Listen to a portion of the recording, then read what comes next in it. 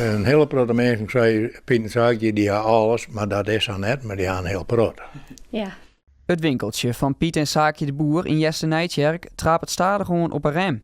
Toch de jaren hinnen is de winkel flink uitbreiden, waar toch haast alles daar te keep is. Nou, pak een vierstiks. De slogan is dan ook, voor op het land, in huis of op de tuin, bij Piet de Boer is de keuze ruim.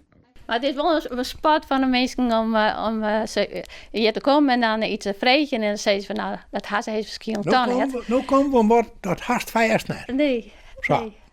Maar dan Nou, gaan we het dus wel. En dan dat is dus wel heel erg leuk. Dat is weer super een beetje een sport van... nou, dan was even zien dat ze dat nog net gaan. De winkel is een begrip in de regio. Net alleen nog de dwaalpsbewenners jaren de verste klantenroute, maar ook mensen uit omliggende plakken, als Halvert, Anjem en Dokkum komen er speciaal naar toe. Ik denk dat de klanten nu heel erg goed missen, ja. Maar ik denk dat wij ook de klanten heel erg missen. Want het is eigenlijk iets van ons. Op een of andere manier. Je bent heel erg makkelijk wat betrokken. Zij zijn net altijd heel betrokken om ons. Goed om je start. Ja. Dus wij zijn heel dankbaar voor.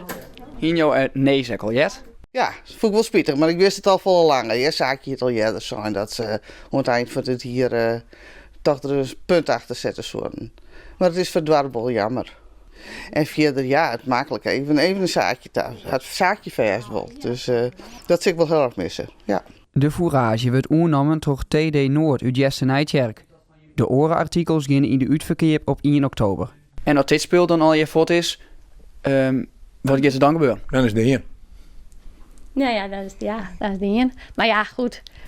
En dan hopen we beide dat we dan een hele mooie tijd together krijgen. Ja. En dat we dan doen en later kennen wat we zelf willen.